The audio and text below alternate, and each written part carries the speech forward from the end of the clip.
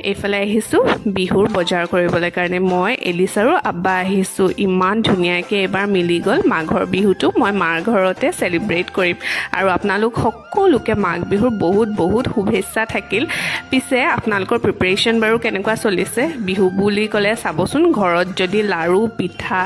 বৰা চাউল তাৰপিছত তিল চাউলৰ গুড়ি লগতে মিঠা আলু যদি নাথাকে একদম আধৰুৱা নিচিনা লাগে ন সেইবোৰ বস্তু কিনিবলৈ আমি ওলাই আহিলোঁ আৰু লগতে বজাৰত কিমান কি যে বস্তু ওলাইছে বিহুৰ বজাৰত এনেকুৱা লাগে ন গোটেইখিনিয়ে লৈ লওঁ নেকি দেখি যে কিমান বেছি ভাল লাগে ন লাড়ু পিঠাৰ লগতে অলপ চব্জি বজাৰো কৰা হ'ল